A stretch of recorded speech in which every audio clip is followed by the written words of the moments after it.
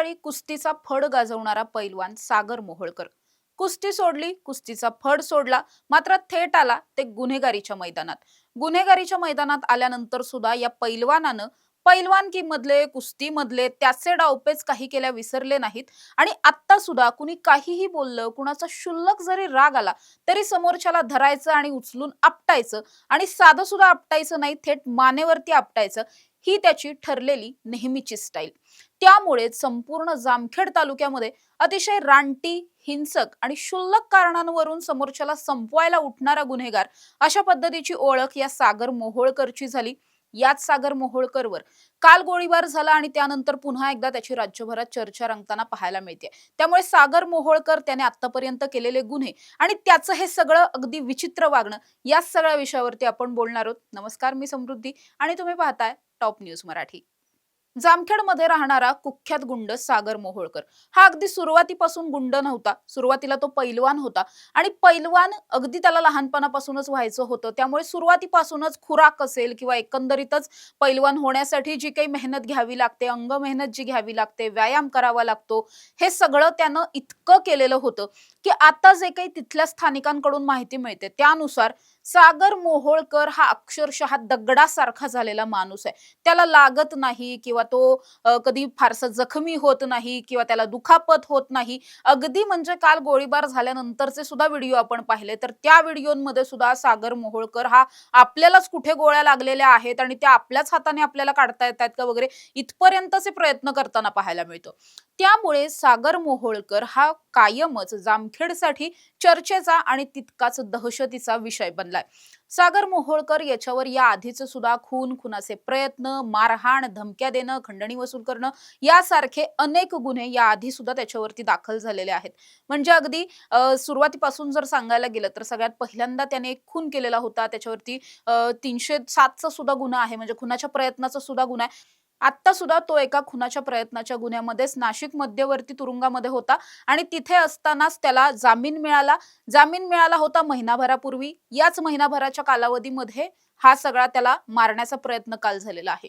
मात्र यापूर्वी सागर मोहोळकर हा या आधी सुद्धा एका प्रकरणामध्ये तुरुंगामध्ये होता. तिथे त्याने काय केलं तर तुरुंगात असताना त्यानं त्याच्या सोबत असलेल्या एका कैद्याबरोबर वाद घातले आणि या कैद्याला तुरुंगातच संपवलं. म्हणजे आपण तुरुंगात आहोत या अर्थी आपण कुठल्या तरी गुन्ह्याची शिक्षा भोगण्यासाठी इथे आहोत आणि जिथे आपण शिक्षा भोगतोय तिथे आपण आणखी एक गुन्हा करतो. त्यामुळे खरं तर जेव्हा त्यानं तुरुंगात असलेल्या कैद्याला संपवलं होतं त्या प्रकरणाची सुद्धा राज्यभरात प्रचंड चर्चा झाली. आणि विशेष म्हणजे या प्रकरणानंतर असं सांगितलं जातं की संपूर्ण तुरुंगामधल्या सगळ्याच कैद्यांमध्ये सागर मोहोळकर बाबतीत प्रचंड दहशतीचं वातावरण होतं. आणि केवळ कैद्यांमध्येच नाही तर जेलर्स जे असतात किंवा तिथे जे तुरुंग अधिकारी असतात, कारागृह अधिकारी असतात, त्यांच्यामध्ये सुद्धा या मोहोळकर वरून प्रचंड दहशत असायची, भीतीचं वातावरण असायचं.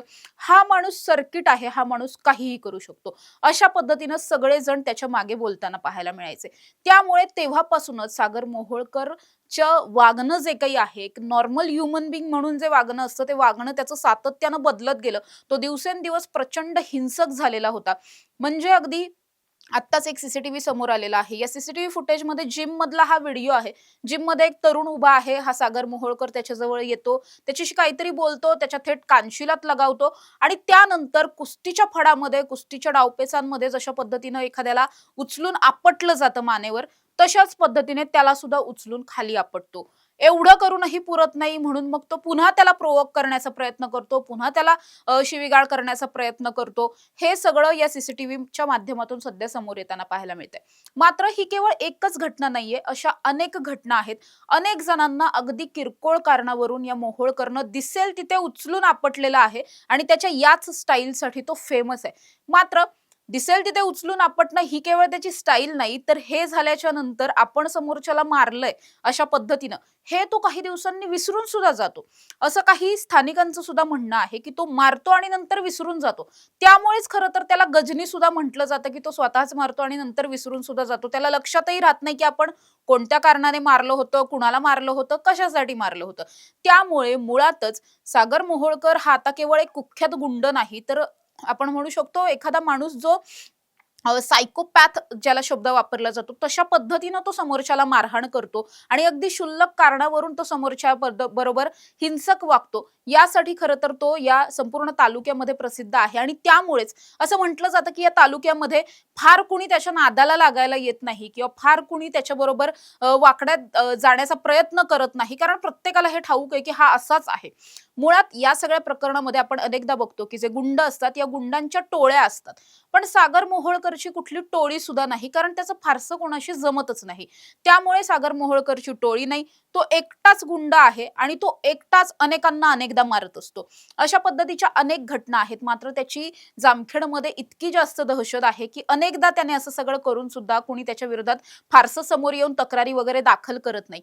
आता जेव्हा असं पाहायला मिळतंय की सागर मोहोळकर वरती जी काही फायरिंग झाली, या फायरिंग मध्ये सुद्धा त्याच्या मानेवरती फायर करण्याचा प्रयत्न केला गेला. त्याच प्रयत्नामध्ये त्याच्या चेहऱ्यावर गोळ्या लागलेल्या आहेत, त्याच्या डोक्याला एक गोळी चाटून गेली आहे. त्यामुळे या सगळ्याचा एक लिंक जी आहे किंवा एक अँगल जो आहे तो असा सुद्धा तपासाचा अँगल असलेला पाहायला मिळतोय की जे काही आतापर्यंत मोहोळकर हा प्रत्येकाला मानेवर उचलून आपटायचा, ही त्याची स्टाईल होती. त्यामुळे तशाच पद्धतीनं आधीच्या कुठल्या प्रकरणातला बदला घेण्यासाठी म्हणून मोहोळकरवरती अशा पद्धतीने मानेवरती फायरिंग वगैरे करण्याचा प्रयत्न झालाय का, या सगळ्याचा तपास केला जातोय. अर्थात या प्रकरणामध्ये आरोपींच्या शोधासाठी आतापर्यंत 5 पथकं पाठवण्यात आलेली आहेत. या पथकांना अजूनपर्यंत आरोपींचा कुठलाही शोध लागलेला नाहीये. मात्र अहिल्यानगरचे जे पोलीस आहेत ते तातडीने या सगळ्याच्या फॉलोअप मध्ये आहेत.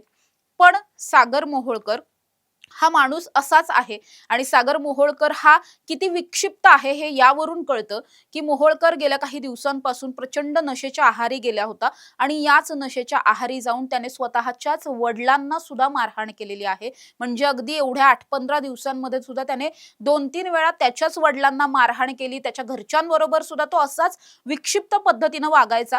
त्यामुळे चक्क त्याच्या कुटुंबियांनी सुद्धा त्याच्या विरोधात पोलिसांमध्ये एक एनसी दिलेली होती की हा अशा अशा पद्धतीने वागतो आणि आम्हाला या सगळ्यामुळे धोका आहे, असं स्वतः त्याच्या कुटुंबियांचंच म्हणणं होतं. यावरून कळतं की मोहोळकर हा किती जास्त विक्षिप्त माणूस झालेला होता किंवा किती त्याला जे रानटी म्हणलं जातं, हिंसक म्हणलं जातं, ते मुळात त्याला का म्हटलं जातं हे या प्रकरणावरून लक्षात येते. त्यामुळे अशा पद्धतीने त्याच्यावरती आता जेव्हा फायरिंग झालेलं आहे, या सगळ्याचे अनेक अँगल्स तपासले जातात. याच सागर मोहोळकरनं पुण्यातला कुख्यात गुंड असलेल्या निलेश घायवळला अगदी म्हणू शकतो हजारोंच्या गर्दीमधून घुसून त्यानं निलेश घायवळच्या कानशिलात लगावलेली होती. त्या निलेश घायवळच्या ज्याला फारसं कुणी गुन्हेगारी क्षेत्रात त्याने आतापर्यंत इतके गुन्हे करून ठेवलेले आहेत की फार कोणी फ्रंट फुटला येऊन निलेश घायवळच्या विरोधात असं काही करताना पाहायला मिळत नाहीत. मात्र त्याच निलेश घायवळला 4 लोकांमध्ये मारण्याचा प्रयत्न याने केलेला होता आणि अगदी मारलं सुद्धा होतं कानशिलात. त्यानंतर सुद्धा तो प्रचंड प्रसिद्ध झालेला होता. त्यामुळे रिस्क घेऊन काहीही करणं आणि आपण समोरच्याला किती मारतोय, कुणाला मारतोय, कुठे मारतोय आणि का मारतोय, या सगळ्याचा विचार न करता हिंसक पद्धतीने समोरच्याला मारहाण करणं हा त्याचा एक ठराविक पॅटर्न आहे आणि याच पॅटर्नमुळे संपूर्ण तालुक्यामध्ये त्याची प्रचंड दहशत असलेली पाहायला मिळते आणि तो जशा पद्धतीनं अचानक समोरच्यावरती वार करायचा, अचानक समोरच्याला मारायचा, फार काही कारण नसायचं, तशाच पद्धतीनं अचानकच त्याच्यावरती सुद्धा काल गोळीबार झाला आणि याच गोळीबारामध्ये तो प्रचंड जखमी झालेला, दुखापतग्रस्त झालेला पाहायला मिळतोय. त्याच्यावर सध्या पुण्यातल्या ससून रुग्णालयामध्ये उपचार देखील सुरू असलेले पाहायला मिळतात. त्याचबरोबर पोलिसांकडून मारेकऱ्यांचा तपास सुद्धा सुरू आहे. अशा ताज्या आणि महत्त्वाच्या बातम्यांसाठी तुम्ही पाहत राहा टॉप न्यूज मराठी. आपला महाराष्ट्र, आपली बातमी. तुमची car, electric panel, data server आगीपासून सुरक्षित आहे का? नाही? मग आजच बसवा F protect temperature activated fire suppression device. यामध्ये आहे eco friendly non toxic pressurised liquid, जे आग लागल्यास क्षणार्धात ऍक्टिव्हेट होऊन आगीवरती मिळवते नियंत्रण. बसवण्यास अतिशय सोपे आणि सुटसुटीत टेकालिपचे एक दर्जेदार उत्पादन एफ प्रोटेक्ट.